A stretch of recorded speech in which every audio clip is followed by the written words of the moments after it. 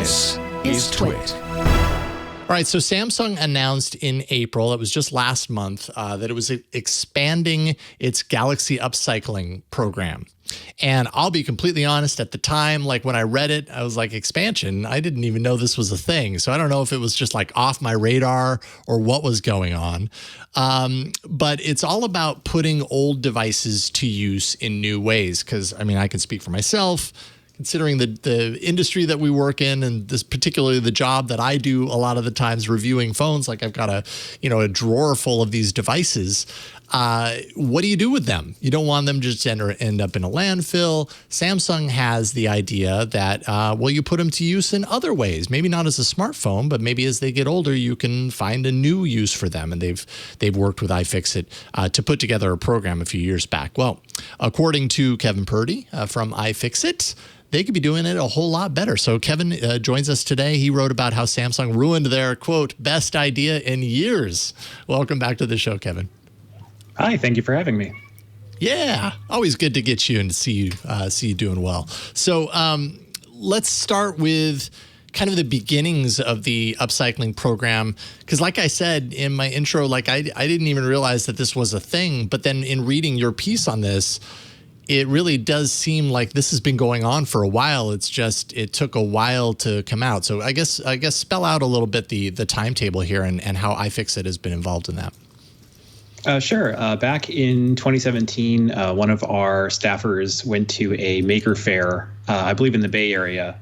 And there was a table that just had a sign that said like upcycling old devices. And of course that drew his attention, being from iFixit and all.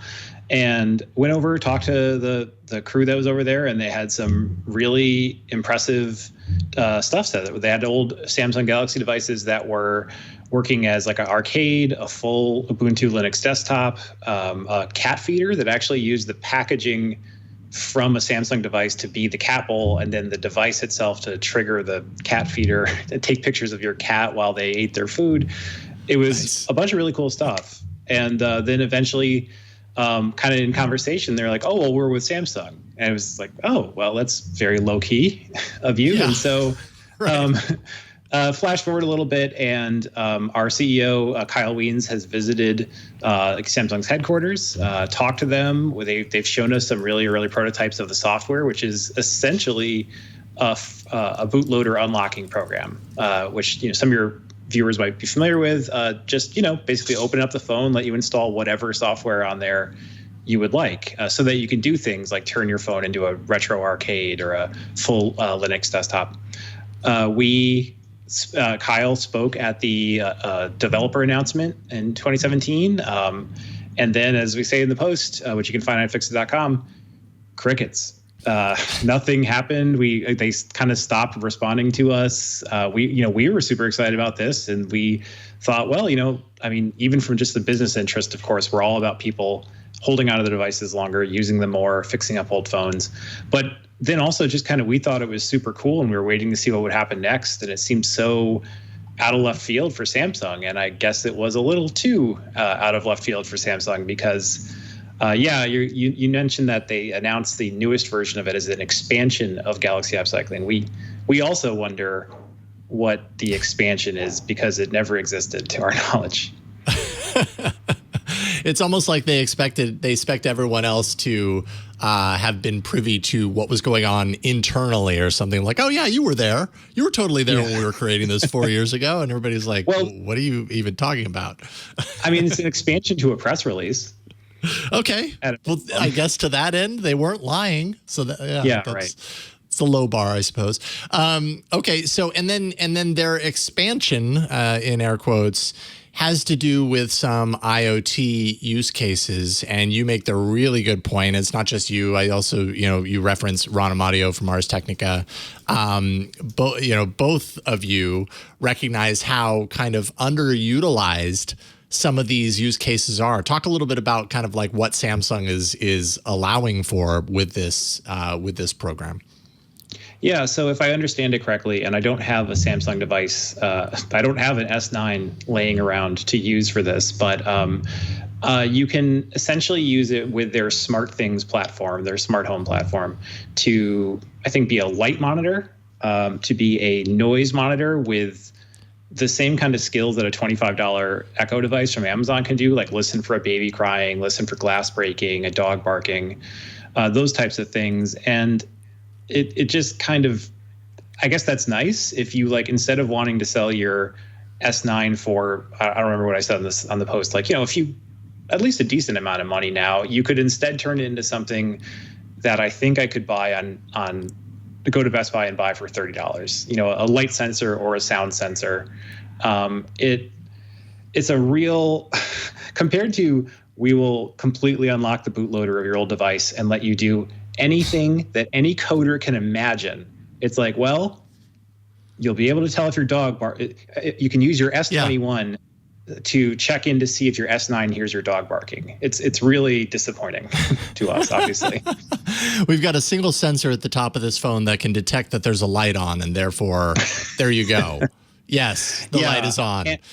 And there's a lot, I couldn't even get into it in the post, but like there's a lot of issues with the battery life there. I think they mentioned offhandedly that they have some battery optimizations, but you were not supposed to leave an old smartphone plugged in all the time constantly and running like that.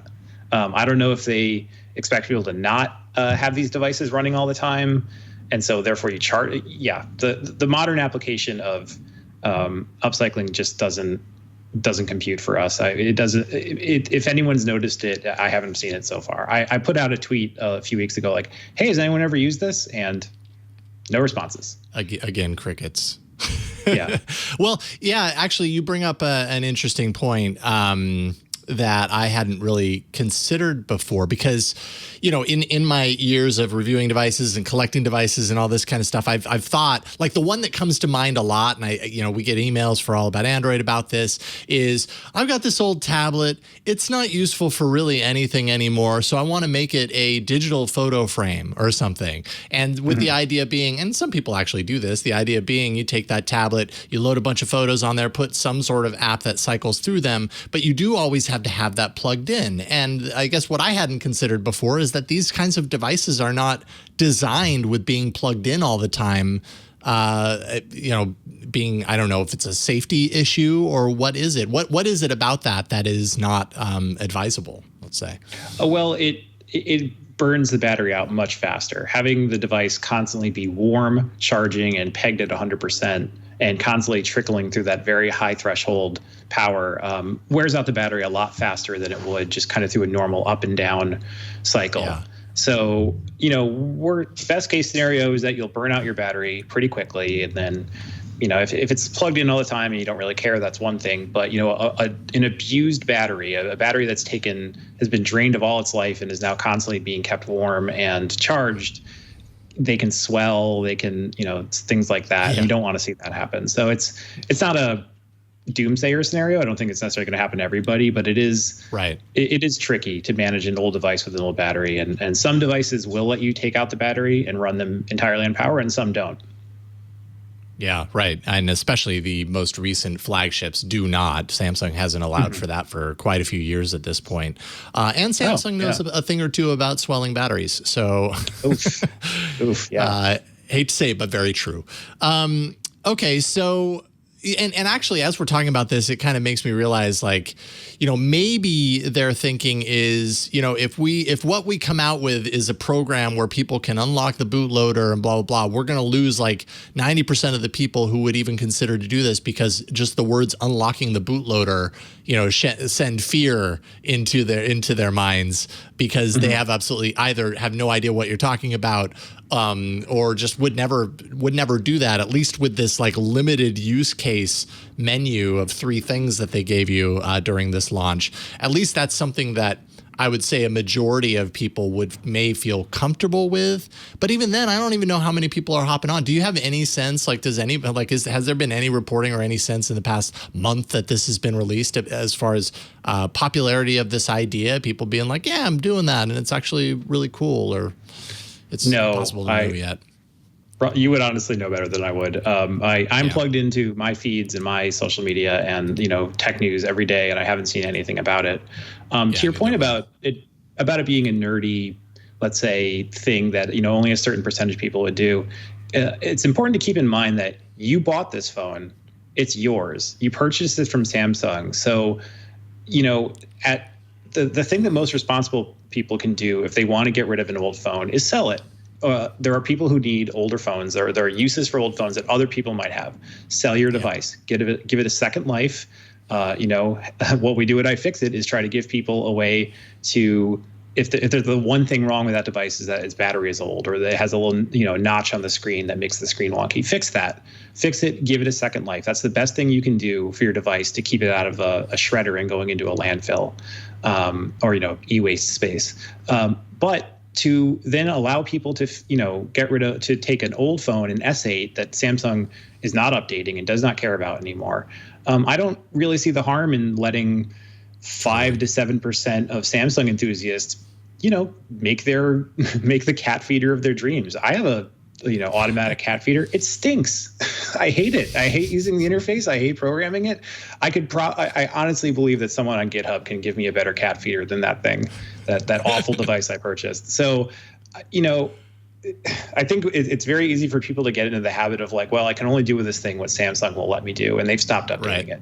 Like, it's yours. You should be able to do weird, fun stuff with it. And that's why this is so frustrating. This is why we wrote about this. If they had just given up on a program that allowed you to mail in your S9 and get a rebate, we wouldn't really be the chest about. But this was a chance for Samsung to just kind of do something like real environmentalism. Take old devices, give them a new life, keep them out of the waste stream. So that was what was so exciting to us. And to see it just kind of like putter out and then turn into this, like, honestly, what kind of feels like a way to sell more SmartThings systems, that's what's disappointing to us. Yeah, I would absolutely agree. It really, I mean, I didn't know about any of the history leading up to the thing, but when it was announced, that was my thought, was like, okay, like, this is cool. I will not fault Samsung at all for trying. Like, at least they're trying. I don't know what other smartphone manufacturers are thinking outside the box to be like, hey, what other ways can our phones be used? Let's give the owners of those phones the tools to do something different with them once their useful life as a smartphone runs out. But having said that, I still looked at it and was like, oh, but there's so much potential here. Like, you could do so much more than what you're allowing for. That feels like I think I can't remember if it was in your article or Ron Amadio's article where it was pointed out that like this premium smartphone from a couple of years ago is doing things that are like way beneath like a Raspberry Pi. A $35 computer could do more than what these things are being tasked to do, which tells me that, like, hey, there's a lot of potential there that's completely untapped. And Ron, that's frustrating. Ron made that point. Ron made that point about the Raspberry Pi, and it's a good one. I have a Raspberry Pi running my smart home, which is more than you could do with a old S9 on the current program.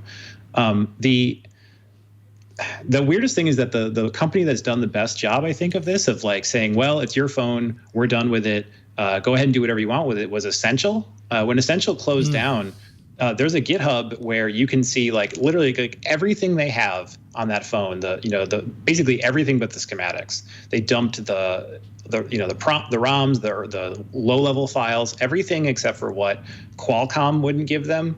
And like I said, like the actual pinouts of their whole device. And they let it all go. And they said, hey, for any Essential owner who wants to do anything with their phone, go ahead. And I even did a quick chat with some of the founders of the Lineage OS program, which is, some of your listeners might know, it's an open ROM program for Android phones to replace the default bootloader, the default software. And Lineage folks there, people who are high up there, said, like, yeah, this is the best that's ever been done. A company that no longer exists said, here you go, unlock your phone, do whatever you want with it, essentially. And so that to me is like now the gold standard in my head of what you can do as a phone vendor to let people use the devices they purchased and own to do what they want. Yeah. And I mean, maybe that's part of the reason why they felt comfortable doing that as well. They're not around anymore. So they're like, what else are we going to do? But I mean, other smartphone manufacturers. No longer running for office. Yeah, right. It's like, what do I have to lose? I mean, I'm sure there are other, smartphone manufacturers that have gone out of business and they haven't done that. So, it is a good standard to compare against.